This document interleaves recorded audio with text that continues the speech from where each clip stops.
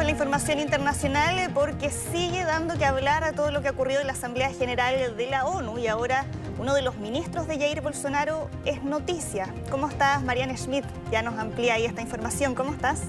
Hola, muy buenos días, Soledad. La verdad es que sí, está haciendo noticia el ministro de Salud de Brasil en medio de la polémica que ha generado el propio presidente de ese país en la Asamblea General de Naciones Unidas, porque la razón principal se debe a que fue el único líder en llegar hasta esta asamblea sin estar vacunado, y ahora se informa que su ministro de Salud, quien forma parte de la comitiva que viajó junto al mandatario en Nueva York, ha dado positivo al coronavirus. Hablamos de Marcelo Queiroga, quien comunicó, fue él mismo el que dio a conocer esta noticia a través de sus redes sociales, en las cuales da a conocer que está enfermo de COVID-19, por lo tanto se va a tener que quedar en cuarentena en los Estados Unidos siguiendo el protocolo sanitario correspondiente a ese país. Y en forma posterior, el gobierno brasileño emitió un comunicado afirmando que Queiroga está, además de haber estado vacunado, se encuentra así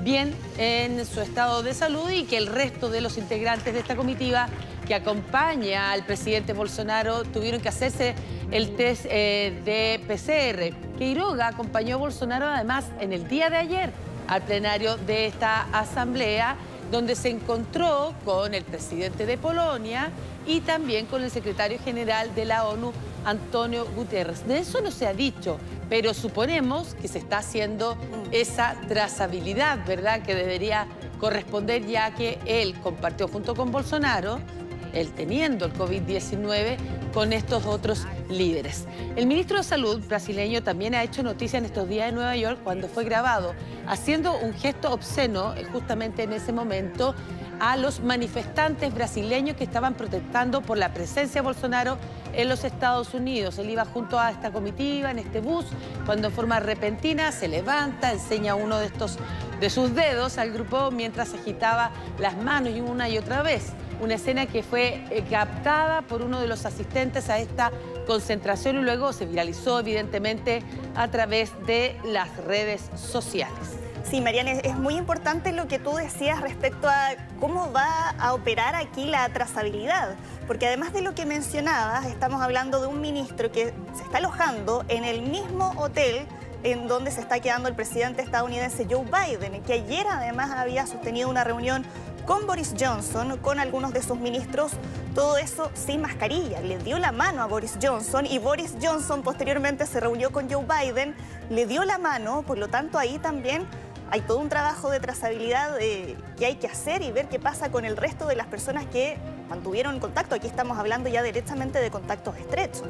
Con el resto de los líderes, claro. Y también en las afueras. Bueno, lo hemos comentado estos días, a raíz de que Bolsonaro es el único presidente que no estaba vacunado, también lo vivió en carne propia los efectos de no estar inoculado contra el coronavirus en las mismas calles. Él no pudo, porque no lo permitían ingresar a ningún restaurante, incluso en Nueva York, y es por eso que se viralizó la imagen donde aparece él junto con su comitiva comiendo en la calle un trozo de pizza, ¿verdad? Y justamente en esa imagen aparecen todos sin mascarillas, incluyendo al ministro de Salud, que era el único que se le había bajado, para poder comerse este trozo de pizza. Por lo tanto, es un contacto bastante directo, lo que llamamos el contacto estrecho, y es por eso que al menos en la comitiva sí se hizo ya esa trazabilidad, que es lo que ha informado el propio gobierno. Pues suponemos evidentemente que todos los otros dieron negativo, si no la situación sería bastante... la noticia sería bastante más ampliada, indicando que los otros se hubiesen contagiado, sobre todo que Bolsonaro no está vacunado, a diferencia del ministro de Salud, que vemos en pantalla que sí había recibido las dosis, por lo tanto dicen que su estado de salud es bueno. Vamos a estar siguiendo evidentemente esa noticia y qué va a pasar con esa trazabilidad que debiera darse, ¿verdad, Soledad, ahí en Naciones Unidas. Veía un titular, una crónica del diario El Mundo que decía pareciera que una pizzería pesa más que la Asamblea General de la ONU, porque ahí en ese caso no pudo entrar, y lo que decían las autoridades sanitarias de Nueva York era que en el anfiteatro donde se llevó a cabo la Asamblea General de Naciones Unidas alguien sin la vacuna tampoco debió haber estado ahí, menos sin mascarilla. Lo dijo previamente incluso el alcalde Bill de Blasio, que decía que mejor no viniera si él no estaba inoculado, y ahí se provocó una cierta tensión, lo comentábamos en el día de ayer, al decir el organismo internacional que no podía rechazar que él ingresara a pesar de no estar inoculado. Y ahí se produce también la falta de dar el ejemplo, que también lo manifestó Bill de Blasio. Y vamos a seguir en la Asamblea con otras noticias, porque en realidad son varios ya los líderes mundiales que han estado exponiendo ante esta Asamblea, entre ellos el presidente de Argentina, Alberto Fernández, quien habló de la deuda externa de su país, afirmando que ha sido sometido a un endeudamiento tóxico e irresponsable con el Fondo Monetario Internacional. Fernández dijo que los recursos aprobados por el FMI a la Argentina en esta deuda es insostenible, que fueron 57.000 millones de dólares, lo que equivale a todo lo que el organismo desembolsó en el año de la pandemia con destino a 85 países del mundo. Hizo ese parangón. Ante esta situación afirmó que no hay ninguna racionalidad técnica, lógica, ética ni sensibilidad política que pueda justificar semejante aberración, afirmó el mandatario. También fue noticia, lo veíamos recién, el discurso del presidente de Perú, Pedro Castillo, que llegó con este enorme sombrero, que nunca se saca porque es parte de su indumentaria, de paja, de palma, de su pueblo, de chota, todo esto en el norte del Perú, vestiendo también este traje de cuello chino con motivos sandinos que es muy parecido al que utilizaba el expresidente de Bolivia, Evo Morales, y al del expresidente de Ecuador, Rafael Correa. Pues bien, el mandatario propuso un acuerdo global entre los líderes de los distintos países y los dueños de las patentes para asegurar, ahí vemos la imagen del mandatario peruano, un acceso universal a la vacuna contra el COVID-19. También concitó mucha atención la locución, ahí vemos, del presidente de China, Xi Jinping, quien afirmó que la humanidad va a salir victoriosa de la pandemia que se originó en su país. Instó incluso a la comunidad internacional a construir una mayor cooperación. También le hizo un guiño al tema que se ha tratado en todo el mundo y que tiene que ver con la crisis climática, diciendo que China frenaría sus inversiones a todas aquellas fábricas o fuentes de carbón que tiene en el exterior. Y otra situación que hizo noticia fue la locución previa del presidente Joe Biden, que la tensión es evidente y ha ido en crecimiento entre ambas potencias, Estados Unidos y China, abogando por una mejor relación entre ambas naciones, diciendo que no se quería una nueva guerra fría entre estas dos naciones. Claro, y Joe Biden no hace mención explícitamente a China, pero eran evidentes ahí las menciones. Él hablaba de no buscar una nueva guerra fría, pero que al mismo tiempo, dice él, Estados Unidos se va a oponer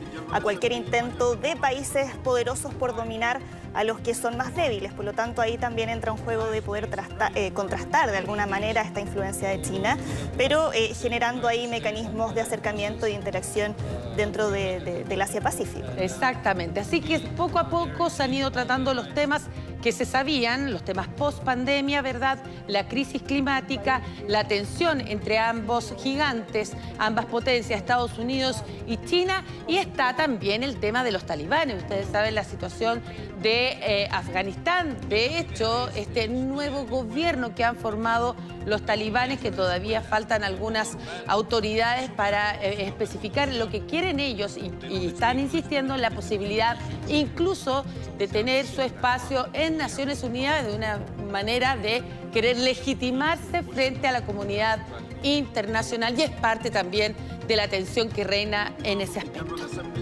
Vamos con otras noticias. Se ha movido la tierra y fue en un país que normalmente no ocurre. Fue bastante fuerte el sismo que sacudió a Australia, específicamente a la ciudad de Melbourne. Fue de 6 grados en la escala de Richter, pero dejó bastantes daños materiales. Esto es uno de los registros más relevantes y que correspondía a una pequeña avalancha en momentos que habían varios esquiadores en esta zona no es altiplánica, es una zona montañosa, como para que usted se haga una idea del estado de Victoria.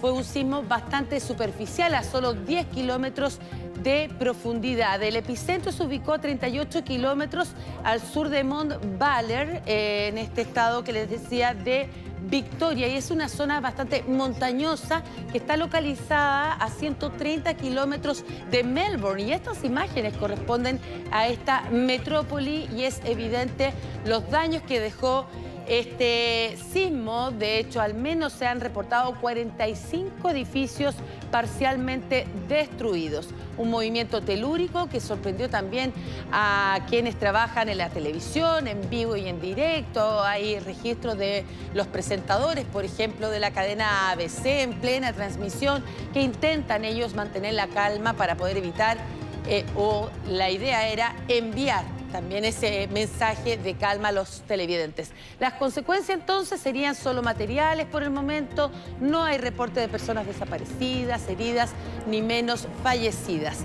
Las autoridades también evaluaron por un momento si iban a activar o no una alerta de tsunami, pero como este sismo no fue tan violento, no hubo necesidad, ya que no había peligro de una posible ola gigante. El sismo ha sido el de mayor intensidad en sacudir a Australia desde el 2019, cuando fue de 6,6 grados en la escala de Richter, con un epicentro en la zona costera de Brook.